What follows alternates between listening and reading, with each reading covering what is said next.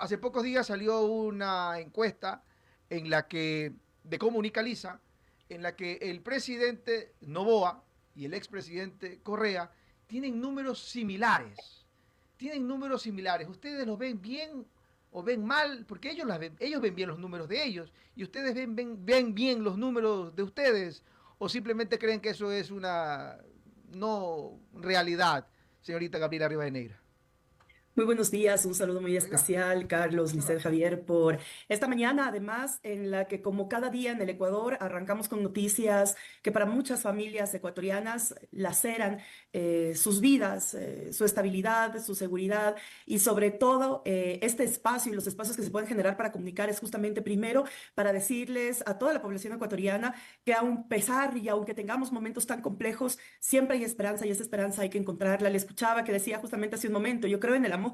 Pues sí, todos debemos creer que todavía ese amor es posible de diferentes formas, de diferentes facetas y sobre todo el amor a la vida. Y yo creo que esa es una de las cosas que siempre tenemos que reivindicar. Y en ese sentido, y arranco con eso a propósito de esta pregunta, porque es lo que hemos hecho durante ya cerca de las dos últimas décadas, es decir, un presidente como Rafael Vicente Correa Delgado, que entregó 10 años de su vida, de la de su familia, los equipos de trabajo, con absoluta pulcritud para que el Estado y el gobierno empiece a funcionar y presentar un plan de gobierno y que la Constitución garantista de derechos pueda hacerse efectiva. Es decir, amar la vida. Y en ese sentido, ahora lo que vemos en las encuestas es ese reconocimiento de una u otra manera de la población, de la gente que sigue creyendo en la palabra de Rafael Correa.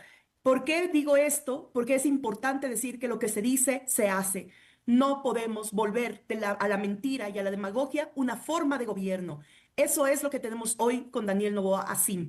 Es justamente el tema de un gobierno que ha pasado de mentira tras mentira, de show tras show.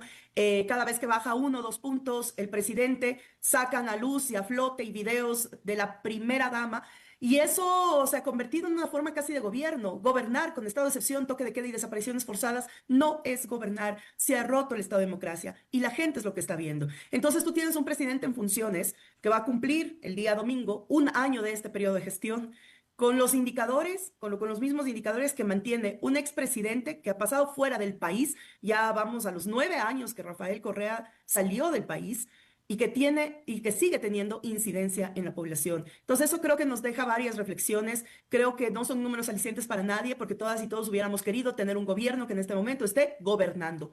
Pero si no hay un gobierno que en este momento esté resolviendo la vida de la gente, desde el otro lado, sí estamos en la necesidad y en la obligación de reorganizarnos, reestructurarnos y de plantear un proyecto que permita a la gente tener esperanza. Eh, Presidente de la Revolución Ciudadana, pero ¿cómo entender esto? El tema del combate a la inseguridad que usted destaca, que este gobierno no está haciendo nada, si su bloque permanentemente se opone a toda acción que toma el gobierno nacional en esa línea desde la Asamblea Nacional, a oponerse a cualquier proyecto que vaya en la línea de combatir la inseguridad en nuestro país. ¿Qué hacer entonces en ese marco? ¿Cómo podemos combatir la inseguridad si no es con estado de excepción, si no es con toque de queda, sino con operativo? ¿Cuál sería entonces la herramienta que tendría que utilizar el gobierno y que podrían darle ustedes desde la Asamblea Nacional en esa línea, presidente de RC? Primero, las herramientas tanto de estado de excepción o de toque de queda son constitucionales, por lo tanto son herramientas que pueden ser utilizadas. El asunto es que deben ser utilizadas para dar un resultado. No hay un plan de seguridad integral en el Ecuador, es lo que hemos venido pidiendo desde el día uno. Recordemos que en campaña Daniel Noboa Assim dijo reiteradas veces que tenía el plan Fénix. Pues hasta ahora estamos esperando el plan integral de seguridad para la patria. Pero si el estado de excepción y el toque de queda, que además ya vamos a la docena de veces que se ha prorrogado este tipo de herramientas y no hay resultados, entonces no funciona y deben cambiar la estrategia. Este es un país que se convirtió ahora en el país más violento e inseguro del continente con 52 homicidios cada 100.000 habitantes. Hace 8 años teníamos 5 homicidios cada 100.000 habitantes. Entonces no está funcionando, algo no está bien y es porque además el gabinete presidencial no tiene capacidad de dar esa resolución al país. Entonces, si las herramientas funcionaran, por último, que se las sigan implementando. Pero si tienes herramientas que no funcionan y las sigues implementando, eso ya es mediocridad. Nosotros desde la Asamblea Nacional y nuestra bancada de la Revolución Ciudadana ha sido absolutamente clara y es más, se dio varias veces el voto de confianza al gobierno de Daniel Noboa Assim para que presente las leyes que pudieran canalizar su supuesto plan de gobierno. Insisto, plan de gobierno que hasta ahora no lo conocemos. Se votó varias veces, incluso a favor de iniciativas en las que no creíamos que iban a funcionar, pero que dimos el voto de confianza.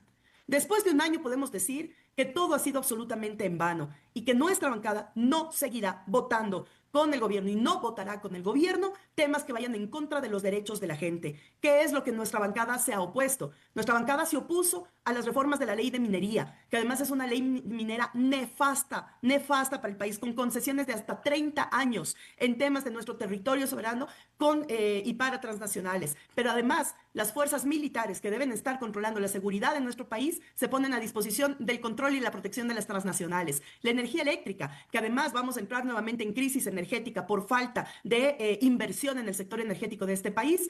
Ahora esa ley minera garantiza producción energética para las transnacionales y los proyectos mineros, es decir, es un atraco. ¿Votamos en contra de qué? De las reformas del COTAD. Reformas que además quitan el presupuesto de los gobiernos autónomos municipales para atención a mujeres víctimas de violencia, para atención a primeras infancias en centros infantiles, atención a personas adultas y adultas mayores en el tema de programas sociales.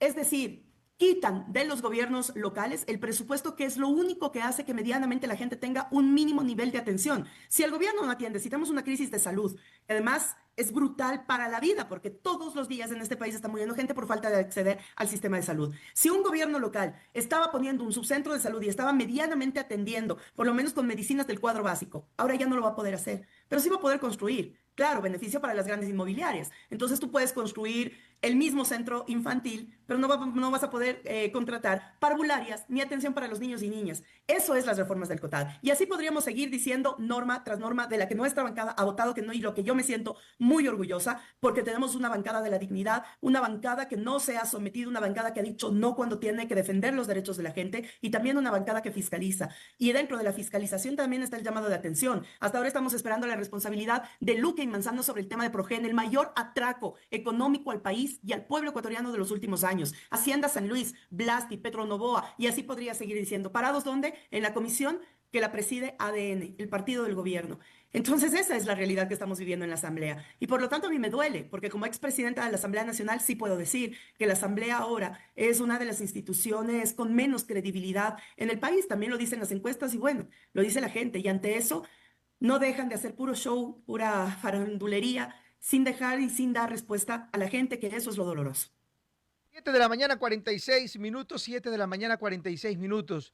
Hace pocos días vimos la imagen del hoy alcalde de Guayaquil, el señor Aquiles Álvarez Enríquez, muy parecida a la forma física, desgaste físico también del ex vicepresidente don Jorge Glass Espinel, con una diferencia. Uno tiene algunos meses más y el otro tiene menos meses, pero parece que también el desgaste físico y la apariencia de tortura, por ahí a algunos les ha incomodado esto.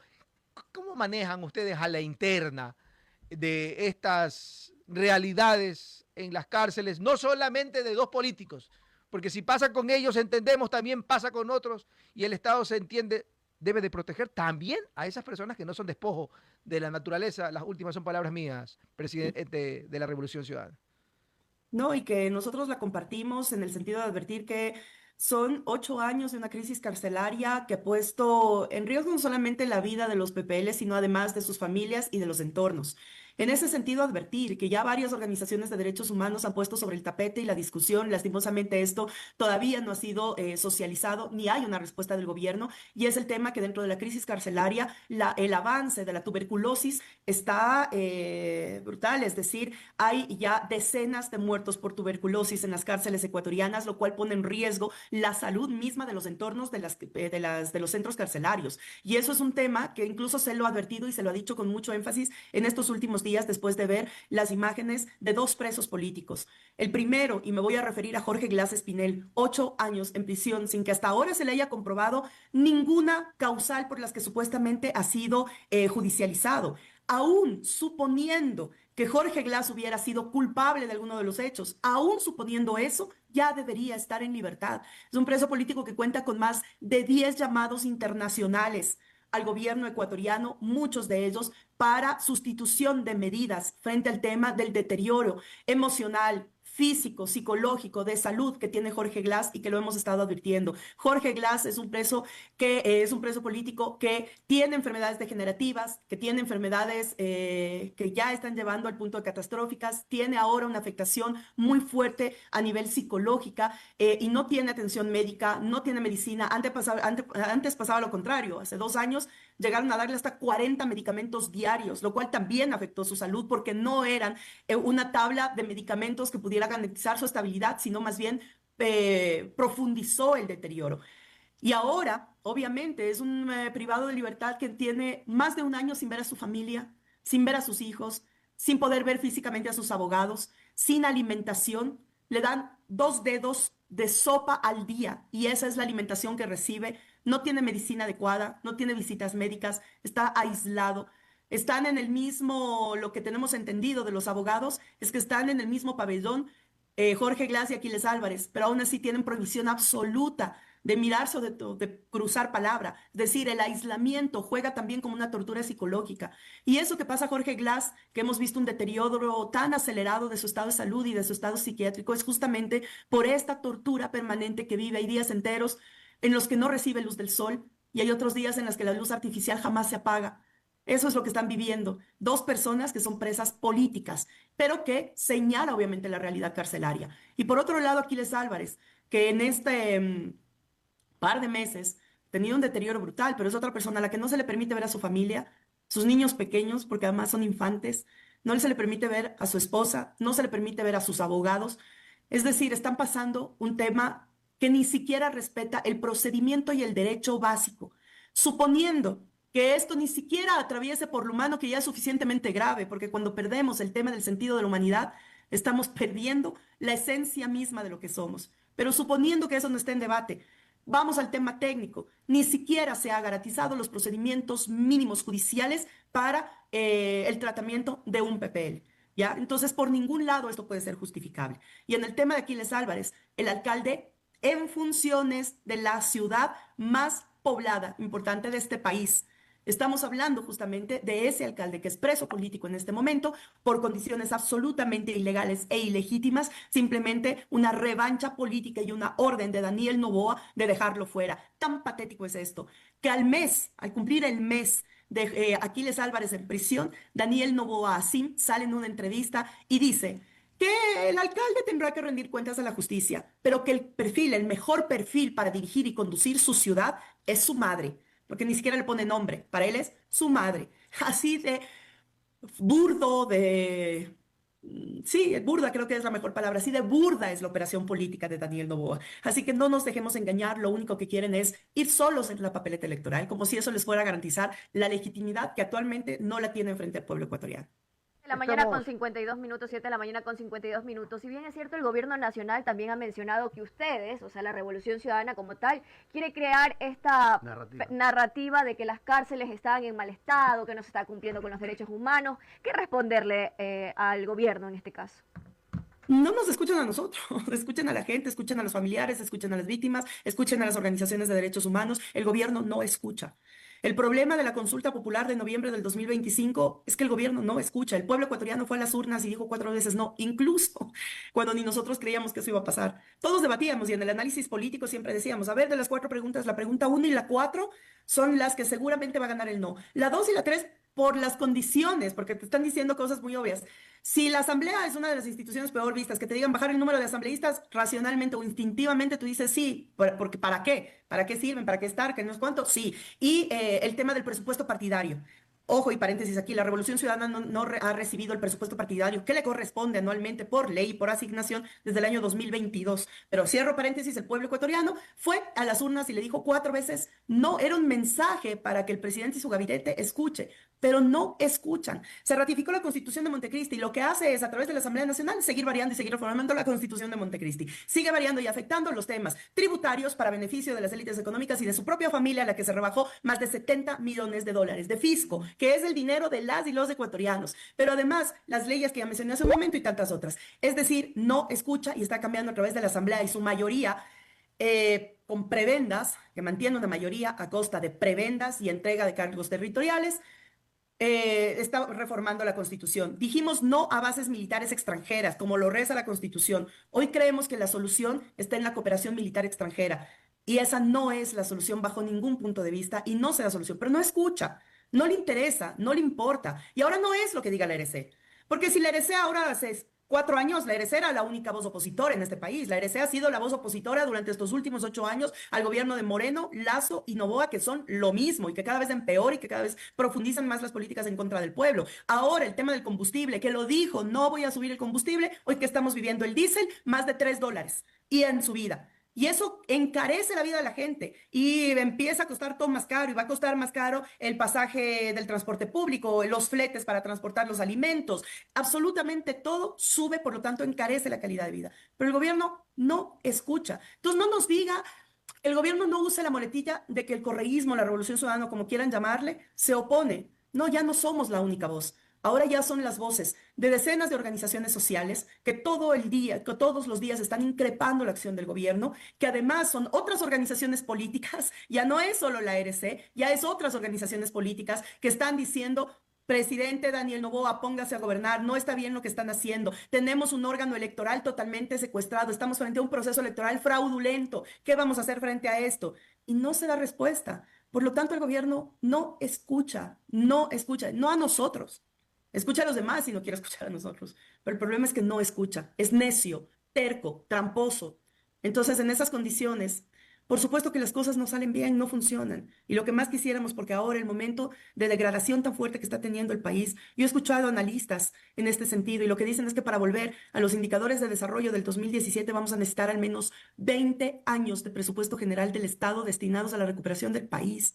Estamos ante una debacle. Entonces no nos escucha a nosotros, escucha a la gente, a las madres de la tienda, a los comerciantes autónomos, escucha a la gente. Entonces, ¿usted está de acuerdo con la revocatoria del mandato del señor Daniel Noboa frente a todos los planteamientos que usted ha dicho?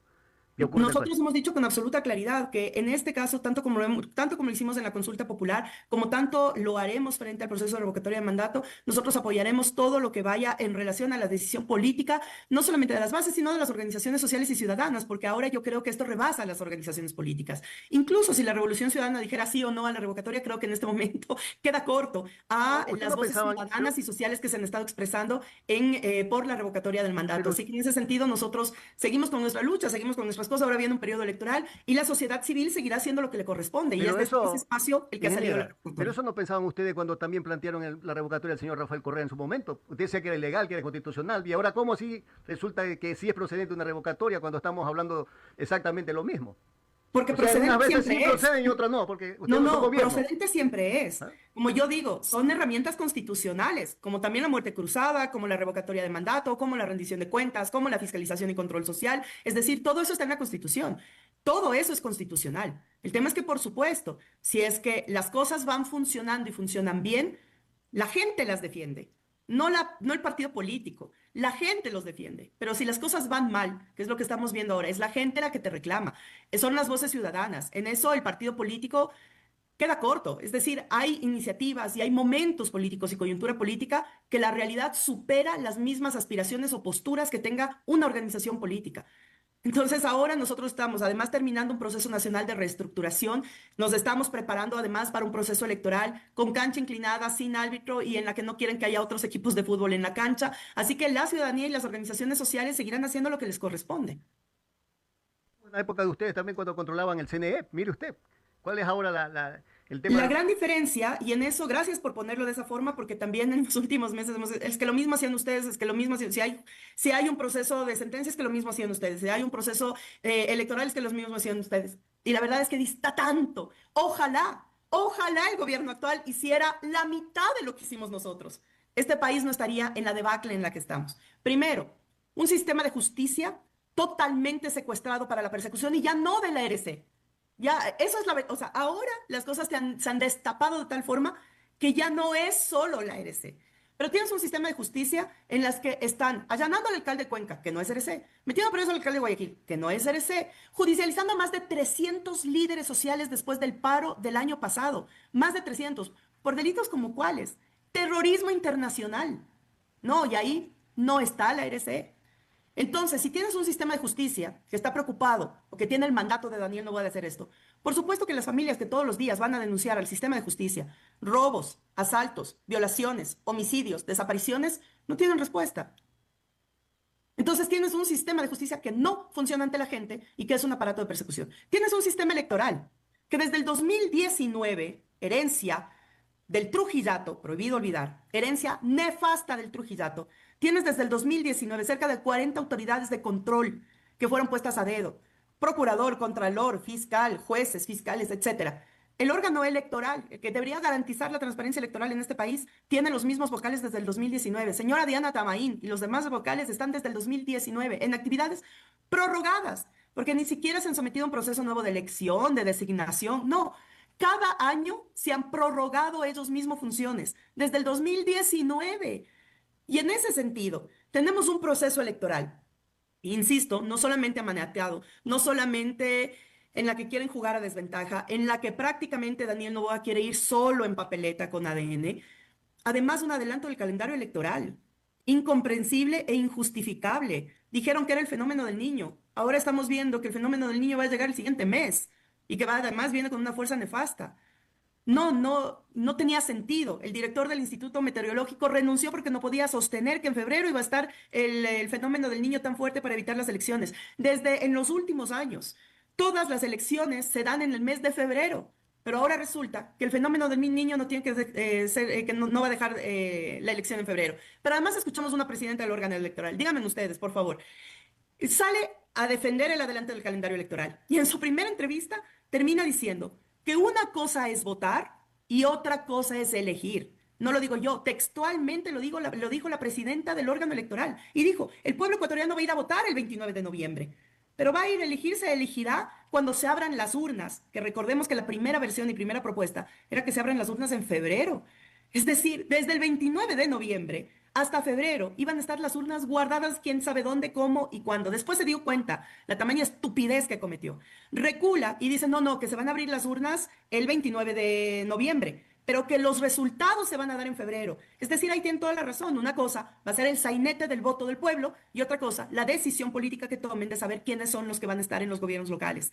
Así estamos, entonces estamos frente a un proceso fraudulento. Cuando a mí me preguntan, ¿hay confianza en el sistema electoral? Les digo, por todas estas consideraciones que he citado y tantas otras que necesitaríamos una entrevista solamente para contarles los detalles de cómo va a funcionar ahora el órgano electoral y el proceso electoral, que hasta el día de la inscripción de candidaturas pueden suspender y cancelar partidos políticos y pueden dar de baja listas solamente a consideración del propio CNE, y eso está establecido en las reformas al Código de la Democracia que son nefastas. Es decir, vienen un proceso electoral muy complejo, por lo tanto, no tenemos confianza en el sistema electoral, no funciona lo que están planteando en el tema del sistema electoral, pero aún así, con responsabilidad histórica y social nos estamos preparando para incluso buscar por dónde participar, cómo vamos a participar, cómo vamos a garantizar que participemos cuando encima la principal fuerza política de este país tiene una suspensión ilegal e ilegítima durante 9 meses, que justo es el periodo que coincide con la ejecución de las elecciones locales.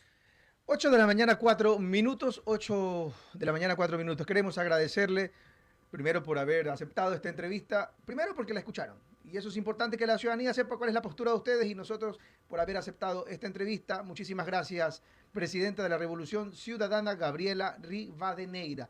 Esperamos contar con usted en una próxima ocasión también, presidente.